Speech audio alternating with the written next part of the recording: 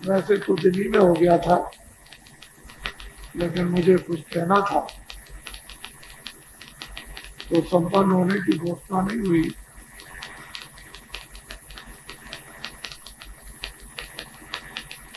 मुझे प्राचीन स्थान होने के नाते और महापुरुषों का इस भूमि पर, इस जमीन पर पदार्पण होता रहा। इस भगवान ने इसी जमीन पर रहकर के योजना बनाई और उन्होंने इतना बड़ा महाभारत, साथ ही साथ यदुवंशियों का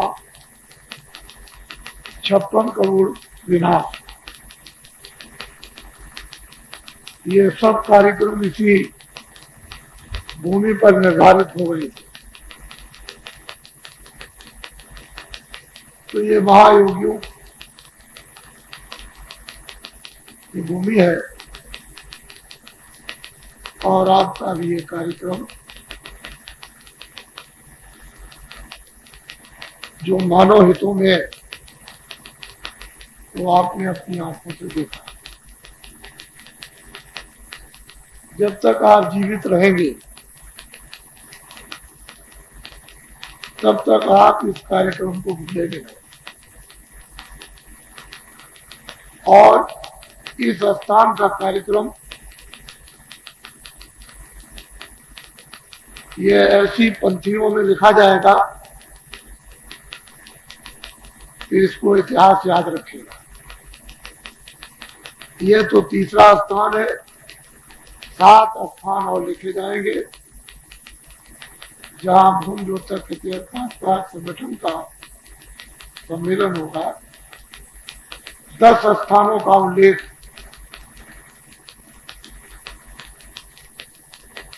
रहेगा। आपको ये मालूम नहीं है कि आगे क्या होने वाला है।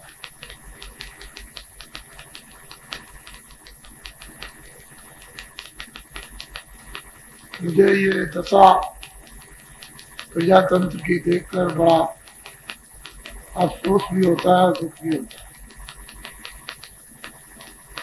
कि हम लोग महात्माओं से निर्देश प्राप्त कर लेते तो आज हमारी मानवता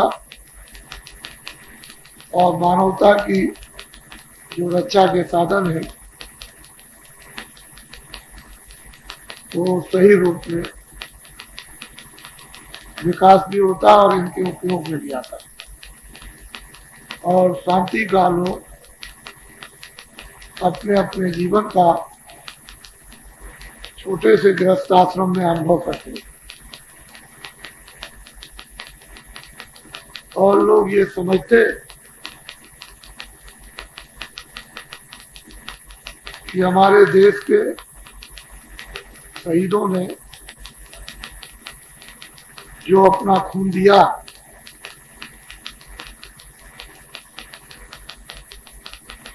वो एक अमर रहता। लोगों ने आजादी के लिए जो कुर्बानियां की हैं आपने अपने कामों से उनको बुला दिया। इतने बुरे से बुरे काम, धर्म को त्याग कर, महात्माओं को त्याग कर, विद्वानों को त्याग कर जो हुए हैं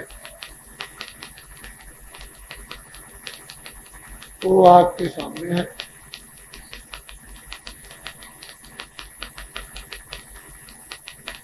मैंने तो इस भूमि पर आकर केवल एक संकेत ही आपके सामने रखा।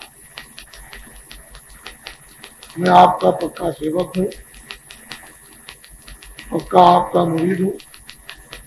न पहले महात्मा था, न अब और न भविष्य। मुझे तो सेवा का आदेश मिला है कि सेवा करनी है, मुझे महात्मा बनने का आदेश नहीं मिला। मेहनत करने का आदेश मिला है कि जब तक शरीर काम करे तब तक मेहनत शारीरिक करो, लोगों की करो और आत्माओं की करो। मैं बाहर भी मेहनत करता हूँ और जब आश्रम पर रहता हूँ तो आप जब उस मेहनत को देखोगे, जब होली के अवसर पर आओगे तो सभी लोग दांतों तले उंगली दबाएंगे। मथुरा में होली और अगहन सूदी दशमी को प्रतिवर्ष भंडारा होता है। इतना आदमी जाता है, इतना किसी आश्रम में, मथुरा वृंदावन के किसी भी आश्रम में इतना आदमी नहीं जाता। ये सब अपनी आंखों से देखो। मुझे आदेश मिला था मथुरा की धर्म भूमि पर आश्रम बनाने के लिए, तो आश्रम की स्थापना मथुराई में हुई और मथुरा एक धर्मस्थल है। वहाँ बड़े बड़े देवस्थान, आचार्य, विद्वान इत्यादियों का इतिहास मिलता है। हम भी एक छोटी सी कुटी बनाकर और गुरु आदेश पाकर ये कार्य कर रहे हैं।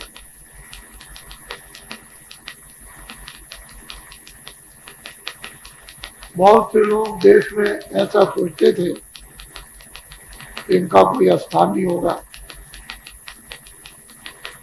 पता नहीं कहाँ पे। महात्मा की कोई पहचान नहीं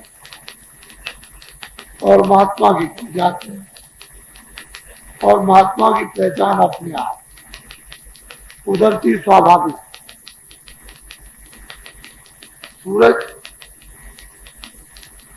उसे पहचान कराने की जरूरत नहीं है, तो अपने आप लोग जान जाते हैं कि सूरज निकला है, चंद्रमा निकला, तारे निकले। आग पहचान कराने की जरूरत नहीं, बच्चा भी समझ जाता है कि आग है। और पानी की किसी को पहचान की जरूरत नहीं,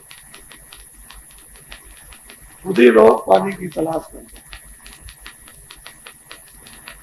महात्माओं की कोई जाति नहीं और अपने आप पहचान हो जाएगी। करते चले आए, करते रहे, करते रहे। हर का भजे स्वर का हुई और जात पात पूछे नहीं। जो प्रभु को भज ले, केवली क्या थी? क्यों झूठे बेर राम ने खाए? उनको तो नहीं छूना चाहिए था, लेकिन भक्त भगवान भक्ति वश में हो गया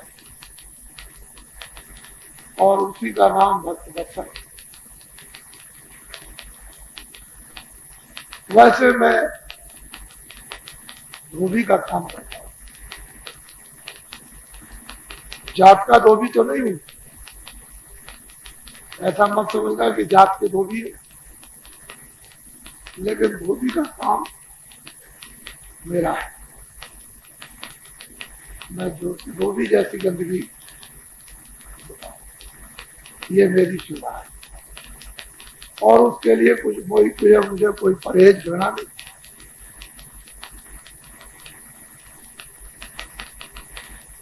और ये सेवा सबसे उच्च होती है, ये छोटी मोटी सेवा नहीं। तो इसके लिए कोई आदमी इतनी छोटी और बड़ी सेवा लेकर बैठे और फिर वो कहे कि हम महात्मा है,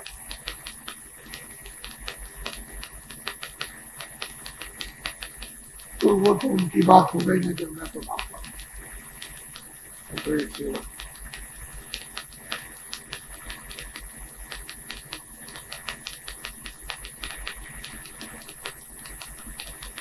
धर्म की भी जरूरत है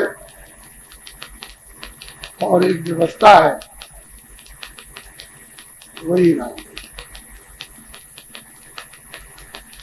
घर की व्यवस्था घर के लिए राजनीति, समाज की व्यवस्था समाज के लिए राजनीति, देश के जनों की व्यवस्था देश की राजनीति। व्यवस्था ही एक राजनीति और धर्म ही ईश्वर बोध है।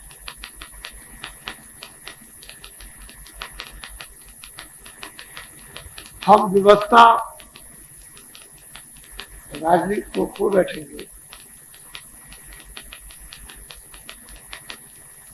तो धर्म को क्या समझेंगे और धर्म के लोगों को क्या जानेंगे। अगर व्यवस्था हो गई होती तो आपने धर्मों को पहचान लिया।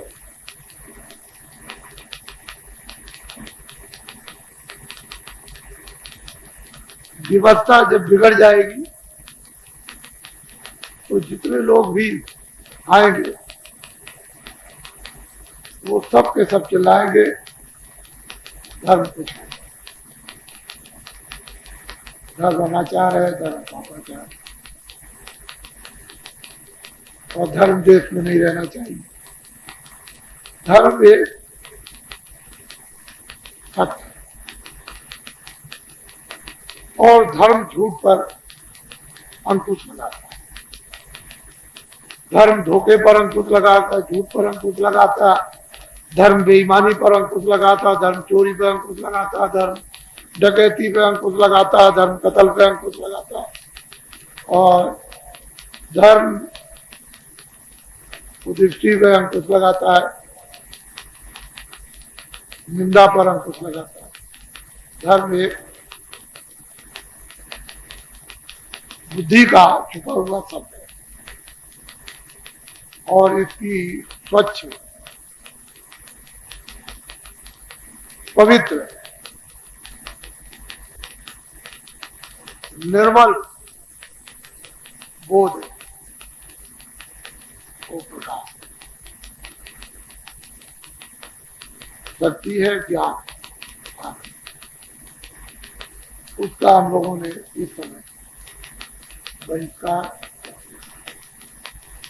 जैसे हमारे देश की नारियां चाहे जितना भी तुम बाजार में बौंडर बचाओ, लेकिन घर की देवियां तो धार्मिक रहती है।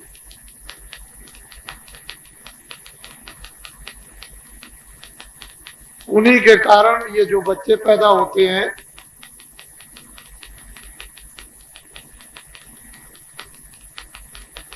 माताओं से और उनके संस्कार लेकर जो बाहर आते हैं, उन्हीं से कुछ बचा हुआ है। क्योंकि अगर देवियां ऐसे संस्कारों में धर्म भूमि पर न पलती होती तो ये भी खत्म हो जाता। जब जब वो धर्म की हानि वाले अशुभ महान, तो कहते हैं गीता में, जब धर्म धर्म लोप हो जाएगा, नष्ट हो जाएगा, खत्म हो जाएगा, लोग को बैठेंगे तो बात सत्य होगा, अवश्य ही आना होता है। और उन्हीं को योगेश्वर दो प्रकार की शक्तियां आती है। एक अवतारी शक्तियां जो काम लेकर आती है, एक संत बोध होता है।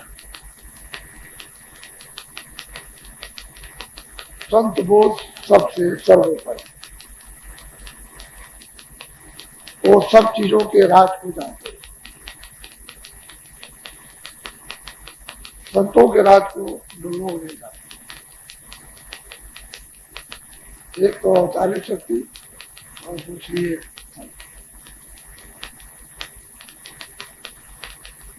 संत दया करते हैं। अवतारी शक्तियां कर्म का फैसला कराती हैं। जिसने जैसे कर्म किए हैं अच्छे बुरे, वैसा उसकी रक्षा वो करेंगे अवतारी शक्तियों को, तभी तो धर्म की स्थापना होगी, नहीं तो नहीं होगी। संत क्षमा करते, उनका काम क्षमा करने का। अवतारी शक्तियां किसी को नहीं कर सकती, वो किसी को छोड़ती नहीं। जब ब्रज की ओट में भगवान राम ने बाली को मारा, जब कृष्ण अवतार हुआ और उन्होंने अपने पूरे सब काम कर दिए, जब जाने का वक्त हुआ तो खून की नदी बहा दी और शीघ्र चले गए नदी के किनारे। शरीर छोड़ने ही वाले थे तो एलिया घूम रहा था,